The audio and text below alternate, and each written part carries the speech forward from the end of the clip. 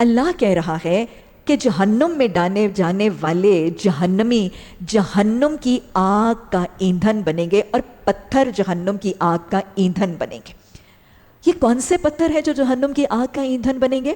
مفسرین بتاتے ہیں وہ پتھر جن سے بت تراشے گئے، دیوتا دیویاں بت بنا کے جن پتھروں کی پوجا پاٹ کی گئی اور شرک کے لیے جو پتھر استعمال کیے گئے، ان شرک کیے جانے والے تراشے ہوئے پتھروں کو جہنم کی آگ میں ڈالا جائے گا، شرک کا انجام بتانے کے لیے، شرک کی ناپسندیدگی اور کراہت سمجھانے کے لیے بتایا جا رہا ہے۔ دوسری بات کہ جب جہنمیوں کو جہنم کی آگ میں ڈالا جائے گا تو وہ ایندھن بنیں گے۔ اس سے بہت سی باتیں سمجھ میں آتی ہیں۔ سب سے پہلی بات تو یہ کہ آج کچھ لوگ اپنا من گھڑت فلسفہ بتاتے ہوئے یہ کہتے ہیں کہ جہنم بھڑکائی ہوئی آگ تو ہے، لیکن جب ایک کثیر تعداد جہنمیوں کی اس میں ڈال دی جائے گی نا تو جہنم بجھ جائے گی جہنم کے ڈالنے کے بعد۔ ایسا کچھ نہیں ہوگا۔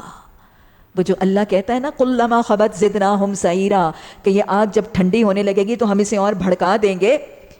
اس کے لیے ایک تو اللہ نے جہنم کے داروغہ مقرر کیے ہیں نا جو جہنم کی آگ کو بھڑکاتے رہتے ہیں، لیکن اصل میں جہنمیوں کا اپنا جسم وہ جہنم کی آگ کے لیے ایندھن بنے گا۔ جب بہت سے جہنمیوں کا ایک ڈھیر جہنم میں ڈالا جائے گا تو جہنم کی آگ ہلکی بھی نہیں ہوگی، بجھے گی بھی نہیں، بلکہ ان کے اپنے جسم فیول کی طرح ایکٹ کر کے اس جہنم کی آگ کو پہلے سے زیادہ بھڑکائیں گے اور شعلوں کو پہلے سے زیادہ تیز کر دیں گے۔ اللہم اجرنا من النار، اللہم اجرنا من النار، اللہم اجرنا من النار۔ آپ صلی اللہ علیہ وسلم نے فرمایا کہ جو 3 دفعہ جہنم سے نجات کی دعا مانگتا ہے پھر جہنم اس کے حق میں سفارش کرتی۔ یہ دعا پڑھا کریں، کثرت سے پڑھا کریں، اور پھر صبح و شام فجر کے بعد اور مغرب کی نماز کے بعد یہ دعا 7 دفعہ پڑھنا بھی نبی صلی اللہ علیہ وسلم کی سنت سے ثابت ہے۔ اچھا، یہ جو کہا جا رہا ہے کہ جہنمیوں کے اپنے جسم ایندھن بنیں گے، تو انسان کا جسم ایندھن کیوں بنے گا؟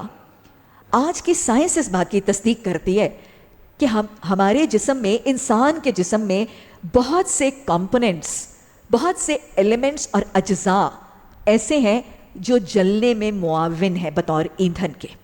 مثلاً سلفر، کیلشیم، فاسفورس، یہ وہ کیمیکلز ہیں جو ہمارے بالوں میں، ہمارے ناخنوں میں، ہمارے کھال میں، ہماری ہڈیوں میں ہیں، اور یہ وہ سارے کے سارے کیمیکلز اور ایلیمنٹس ہیں جو آتشی مواد بنتا ہے نا، یہ وہ جیسے پٹاخے وغیرہ فائر ورکس بنتے ہیں، ان کے اندر یہی کیمیکلز استعمال ہوتے ہیں جو آج ہمارے جسم کے اندر موجود ہیں۔ تو جسم کے اندر کا کیلشیم، سلفر، گندھک، فاسفورس یہ بھی جلنے میں مدد دیتا ہے۔ اور پھر انسان کے جسم کے اندر سب سے زیادہ چیز چربی، فیٹس، یہ جلنے میں معاون ہوتی ہیں۔ وہ آپ کو پتہ ہے نا کہ جب آگ جل رہی وہ چولہے کی اور کڑاہی کا تیل اس آگ کے اوپر پڑتا ہے تو وہ بھڑک اٹھتی ہے آگ، ایسے ہی ہوتا ہے نا۔ اور ہم محاورہ بھی تو بولتے ہیں جلتی پر تیل ڈالنا۔ تو ہر انسان کے جسم میں جو چربی ہے نا، کھال کے نیچے چربی ہے، ہمارے جسم کے اعضاء کے گرد چربی ہے، اور پھر سب سے زیادہ چربی جو ہے وہ انسان کے دماغ میں ہے۔ یہ بات میرا خیال ہے شاید آپ نہیں جانتی، جو انسانی دماغ ہے نا یہ بنیادی طور پر 90% چربی کا بنا ہوا ہے۔ تو لہٰذا یہ سارے جسم کے اعضاء جب جہنم کی آگ میں ڈالے جائیں گے تو وہ جہنم کی آگ میں ایک ایندھن بن کے اس کو بھڑکانے کا ذریعہ بنے گے، اور سب سے بڑا ایندھن جو ہے وہ انسان کا دماغ ہوگا، جہاں پہ شیطان کے فتنے اور شیطان کے وسوسے اور شیطان کی نافرمانیاں جو دماغ جو ذہن اور سوچ سے کرتا تھا وہ سب سے بڑا ایندھن ہوگا۔ یہ ہے وقودها الناس والحجارہ۔ دنیا کی آگ میں بھی جسم ایندھن کی طرح اس آگ کو بھڑکانے کا ذریعہ بنتا ہے، جہنم کی آگ میں بھی ایسا ہی ہوگا۔ اللہم اجرنا من النار۔ اللہ جہنم کی آگ سے ہمیں، ہمارے اہل خانہ کو، ہماری کھال، ہمارے گوشت، ہماری ہڈیوں کو اس سے اللہ محفوظ کر لینا۔